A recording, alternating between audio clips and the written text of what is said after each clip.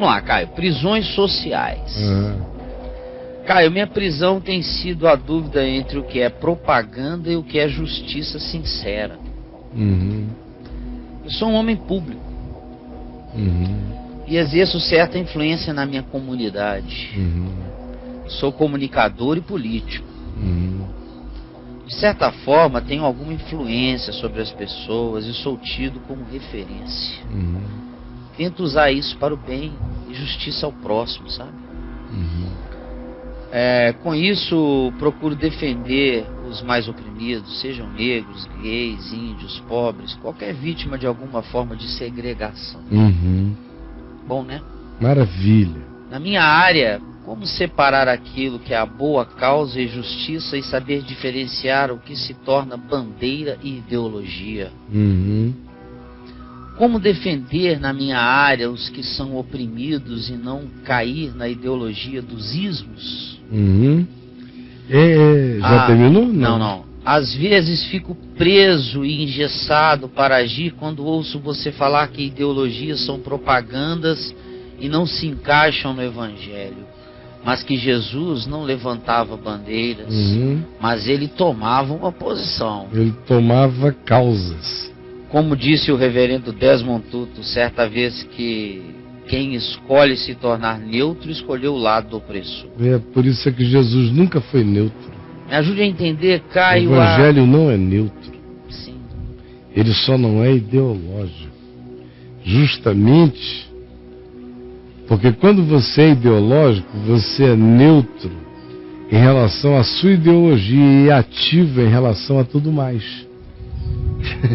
Repete isso aí, Caio. No momento que eu me torno ideológico... Eu sei que você não gosta de repetir as coisas, mas é... No momento que eu me torno ideológico, eu me torno neutro, porque eu adotei uma ideologia. Então, em relação a ela, eu e ela somos um. Portanto, para ela, eu me tornei neutro por causa dela. Me tornei ativo em relação ao que não parece com ela. Já o Evangelho não abre lugar para eu me tornar neutro em relação a nada. Por isso não há nada nesse mundo que eu digo, com isto aqui eu fechei. Porque uma vez que o Evangelho sejam as palavras da vida, não há nada neste mundo com o que eu me torne, e em relação a que eu me torne, um associado de fidelidades absolutas. Nesse sentido, o Evangelho produz um anarquismo insuportável. Porque conquanto o Evangelho não seja anárquico, no sentido de que se há governo eu sou contra, de maneira nenhuma ele é anárquico. Ao contrário, a recomendação é: o rei justo é ministro de Deus para o bem. Então, se alguém governa com justiça, a quem honra, honra, a quem direito, direito. Se alguém governa com injustiça, vira a besta de Apocalipse 13. Então, enfrente, profetize, tenha fome e sede de justiça e não venda a sua consciência, por nada nem coisa alguma, sem o Evangelho. Nessa dimensão. Por outro lado, isso tem a ver com o compromisso do Evangelho com o Evangelho, o compromisso do Evangelho com a condição humana, o compromisso do Evangelho com a justiça do reino de Deus, que não cabe em nenhum sistema ideológico, porque todos eles são em parte, todos eles são relativos. Então, como faz um cristão, um discípulo no ambiente político ideológico? Como faz o indivíduo servindo num ambiente comunitário, aonde ele tem que viver entre a justiça e a propaganda, como ele falou? Porque o coração dele quer fazer justiça. Por outro lado, ele também tem uma crise com a propaganda. Se ele não fizer a propaganda, ninguém fica sabendo do que ele, como político, está fazendo. Aí ele tem medo que pela propaganda ele anule o significado da justiça espiritual do que ele está realizando com sinceridade. Sim. E esse é o conflito dele. É isso aí. Não é? Sim. Agora, não há ninguém que entre na política para fazer obras em oculto. O que os irmãos de Jesus disseram a Jesus, quando Jesus não subiu ao templo, no meio da festa, para aparecer, os irmãos disseram: você tem que ir, porque ninguém que tem as pretensões que você tem faz os seus feitos em oculto. Antes procura realizar também e encontrar o povo onde o povo está. E Jesus não foi, só foi quando quis, no último dia da festa. Ora, o que os irmãos de Jesus disseram a Jesus foi errado em relação a Jesus, porque essa não era de Jesus. Nem ele precisava disso. Mas era um conceito de positioning completamente lúcido para um cara que, para poder se eleger, tem que ter relacionamentos variados com o povo. O que ele não pode é apenas viver do ajuntamento, ele tem que viver de um cotidiano de solidariedade e serviço genuíno e verdadeiro com o povo. Mas o dia a dia dele com o povo não o exime de participar daquilo que seja o encontro, o aglomerado, a congregação, o evento comunitário. Ele tem que estar numa coisa e na outra. Esse é o chamado dele. Certo? Uhum. Então, e cada profissão tem seus próprios modus operandi, e todos eles podem ser praticados com justiça, com limite, com verdade, com bom senso, sem exagero. Mas precisam. Então, voltando aqui a ele, que é a questão que é a grande questão dele, como é, Caio, que eu vou ser político num mundo onde todas as coisas se ismam, tudo termina com um ismo, com um ideologismo, quando o convite do Evangelho é a minha não ideologização. Como eu serei coerente? Ora, o Evangelho é a minha ideologia não política, ela é a minha ideologia ética. Por ele é que eu me posiciono. Jesus é o meu Senhor, que também é a minha ideologia, na medida em que é pelo Evangelho e pelo caráter dele que eu me oriento na vida, que eu interpreto a economia, que eu interpreto a política, que eu interpreto a sociedade, que eu interpreto as relações com o eleitorado, que eu interpreto a minha relação com o governo, que eu interpreto a mim mesmo a partir dele, se eu sou dele. Aí, existe alguma incoerência nisso? Não. Eu terei, nesse caso, muitas vezes, duas perspectivas. Terei aquela perspectiva que diz respeito à minha vida pessoal e individual, aonde eu estou vivendo as implicações de todas as minúcias do Evangelho no meu relacionamento humano. E às vezes, no exercício do meu cargo, eu tenho que mandar para a cadeia, por exemplo, um indivíduo a quem no meu coração eu perdoei. E ele está perdoado. E eu posso até visitá-lo na cadeia, mas pelas legislações e pela justiça do acordo tácito da nossa sociedade, ou do que quer que se convencionou que fosse a regulamentação de todos nós em sociedade, se ele tem que ir para a cadeia ele vai.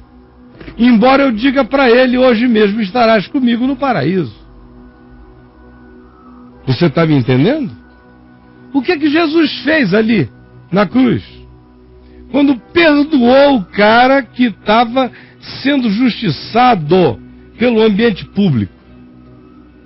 O homem que estava crucificado ao lado dele, todos dois, mas o que se arrependeu, era um indivíduo que estava sendo tratado pelo poder público. Não era? Sim. Sim. Então o que que Jesus fez? Ensinando a ele, como discípulo agora, ao nosso amigo aqui.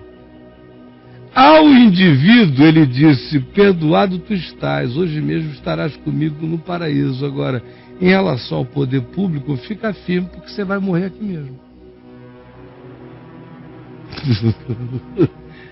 Então, segunda coisa que ele tem que aprender a respeito disso é que eu, por exemplo, o pessoal ficou tentando e tentam, até hoje eles tentam me classificar, e eu digo que sou inclassificável por causa do Evangelho. Porque eu tenho posições em que alguém diria: elas foram adotadas numa perspectiva de tendência capitalista. Ora, porque naquele aspecto, aquela dimensão de liberdade capitalista tem que ser defendida. Embora você chame aquilo de capitalismo, eu não adoto o capitalismo como pacote de modo nenhum, mas tem aspectos dele onde incidem dimensões de liberdade, de ir e de vir, de se autodeterminar e de produzir, com as quais eu concordo porque elas fazem sentido com o espírito do Evangelho. Tem um monte de outras coisas no capitalismo que são anti-evangelho. Em relação a elas, eu as enfrento. Então eu sou co-beligerante com aquilo que faz sentido com o Evangelho e sou antagônico e profético com aquilo que não faz sentido com o Evangelho, não importa onde seja. Por exemplo, no marxismo, eu li o Das Kapital todo, li tudo que era obra de Marx, artigos de Marx, de Engels, Trotsky. Passei a década de 70 e olhando, Das Kapital é um saco, a maioria dos marxistas nunca leram aquela porcaria. Eu li tudinho, palavra por palavra, é um saco. E tudo que vem a seguir. Porque eu digo, eu jamais vou discutir com capitalistas, com marxistas, lendo artigos sobre Marx. Eu quero ir à fonte de tudo. Fiz a minha síntese, cheguei à conclusão de que tem coisas do marxismo com as quais eu concordo. E tem coisas no marxismo com as quais eu discordarei para sempre. Aí o pessoal ficava doido. Os capitalistas diziam, como é que ele pode defender aquele aspecto se ele também defende esse outro aspecto que é marxista? Não, é porque aquele aspecto marxista não tinha nada a ver com Marx, tinha a ver com Atos dos Apóstolos, capítulo 2, tinha a ver com o espírito do Evangelho. Ao mesmo tempo que os marxistas e esquerdistas diziam, eu não consigo compreender esse cara, ele advoga a livre iniciativa. Como é que ele pode advogar aquela solidariedade humana naquelas bases marxistas? E eu dizia, porque as minhas bases não são marxistas, são do Evangelho.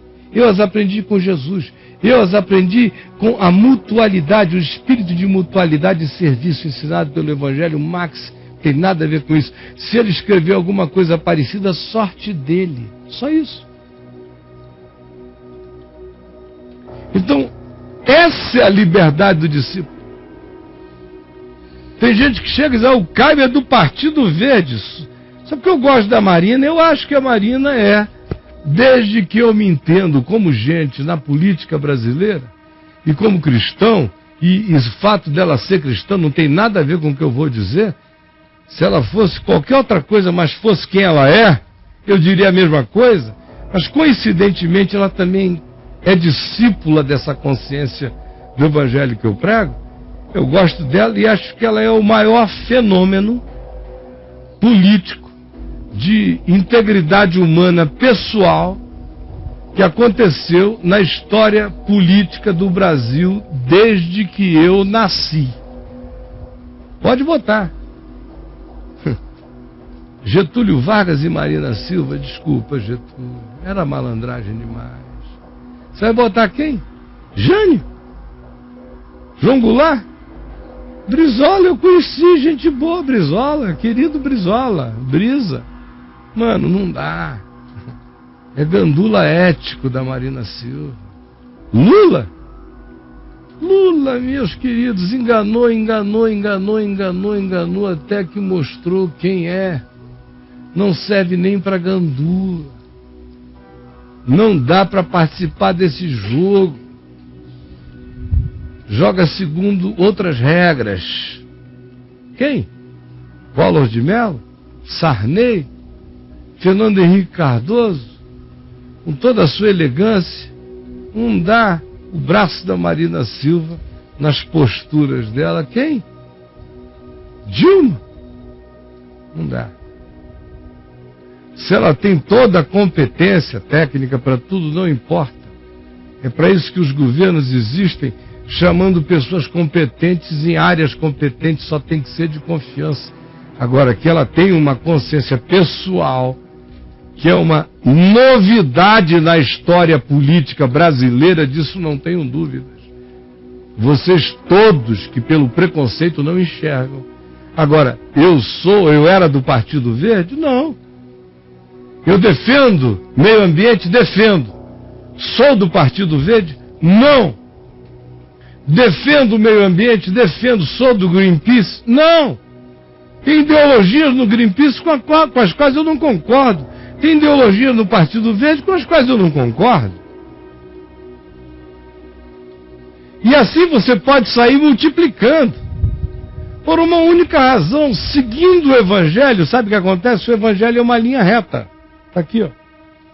Está vendo aqui a linha reta do Evangelho? Está apontado aqui? Aí as ideologias humanas fazem assim, ó. O capitalismo vem, aí vem aqui fora do Evangelho, aí aquele serpenteio, ele passa por aqui, ele tem uma coincidência. Essa coincidência aqui eu topo, o resto não.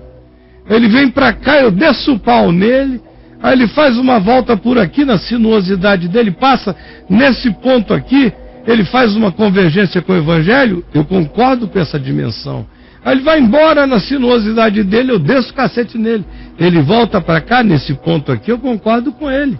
A mesma coisa o marxismo, a mesma coisa qualquer outro pensamento, ideologia ou filosofia. No que pode ser convergente com o Evangelho, eu digo, esse aspecto faz sentido, não por causa da ideologia, só por causa do Evangelho. Por isso é que eu não sirvo para política, nem para agradar os políticos, eu nunca serei fiel a nenhum deles, porque sendo fiel ao Evangelho, eu no máximo posso defender pontualmente causas que algumas ideologias coincidentemente estão defendendo, mas eu não estou defendendo por causa delas, eu só estou defendendo por causa do Evangelho. Você nunca me verá defendendo uma causa por causa de uma ideologia. Se a ideologia defende aquela causa, bom para ela. Eu estarei defendendo só por causa do Evangelho. Bom, eu não acho que isso seja impossível de se viver.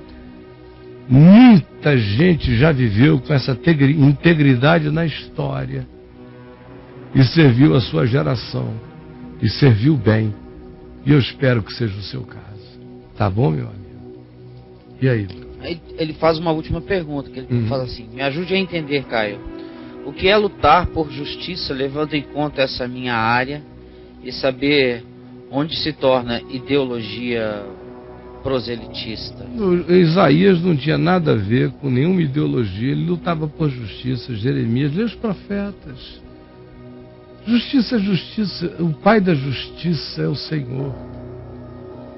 Ele é o Rei de justiça. Ele é o Rei de paz. O reino de Deus é justiça, paz e alegria no Espírito Santo. Não tem nada a ver. Marx não tinha soltado o primeiro pum depois de nascido. E a justiça já estava elaborada para além de todo mundo. E Marx, qualquer um, sabe que os tiros que ele deu certos foram legais, no meio de um monte de metralhadas equivocadas. E como ele, um monte de todo mundo. Então justiça não é invenção de ninguém. Isso tudo é conversa de idiotas, meu Deus, que ficam pensando que a justiça vai se atrelar a um modus operandi sistêmico no mundo. Jamais. Sistematizou, criou a prisão, mano. Alguém vai mandar, alguém vai obedecer e logo, logo vai ter gente num processo de utilização do sistema contra o próprio fluxo da vida, como é em todo lugar. O estado da consciência do Evangelho é um estado de conflito permanente com todo tipo de status quo.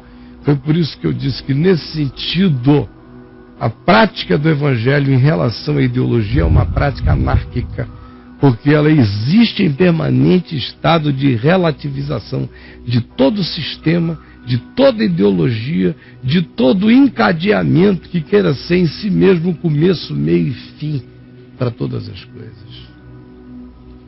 Entenderam, amigos? Se não entenderam, compreenderão um dia. Mas eu já disse. É assim? É.